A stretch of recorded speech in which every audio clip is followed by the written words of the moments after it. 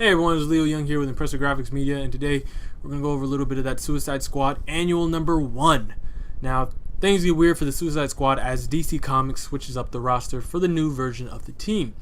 During Suicide Squad Annual number 1, Amanda Waller has built a new squad while the main team we're all familiar with is out dealing with the Atlantis crisis. The mission for the new squad is to hunt down fellow Belle Reve inmate Katniss LeMaire, as she's currently going on a killing spree due to a horrendous procedure that had her surgically attached to an unnamed male. Now, during the procedure, we see that the man died. However, LeMaire survives with the ability, as it seems, to summon demons.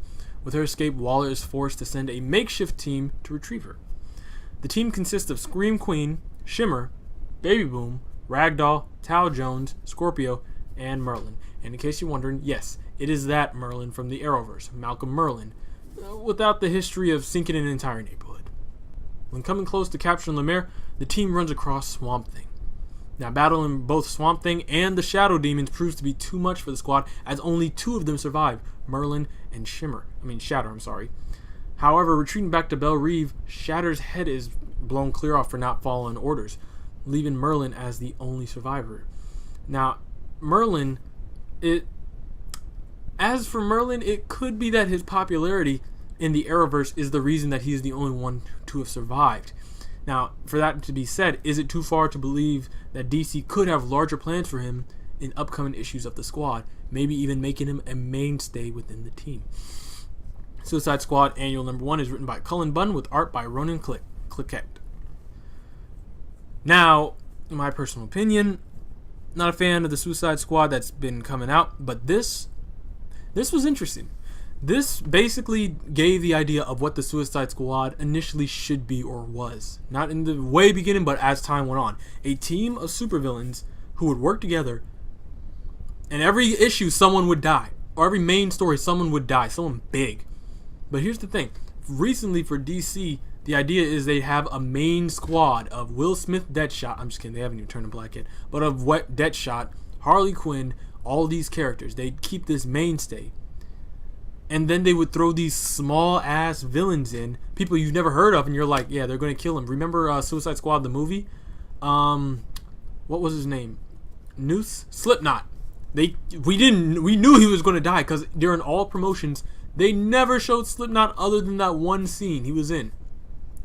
So, kind of obvious that who's going to die in the main comics. But this, for Annual number 1, it was very interesting to see that Waller is just like, yeah, I can make up any Suicide Squad I want. Literally, I can do that. I have a prison full of inmates. Just stick bombs in their neck, send them out, and we're good. Like, the Suicide Squad doesn't need to be a specific thing. And the fact that they killed off, I believe there's 7 or 6 members. Let me see. Scream Queen, Shimmer, Baby Boom, Ragdoll, Tao, Scorpio, and Merlin. 7 members. They killed off 6 of them. 5 of them died in the mission. 1 of them died getting her head blown off, and the other one's still around. So we'll see, though.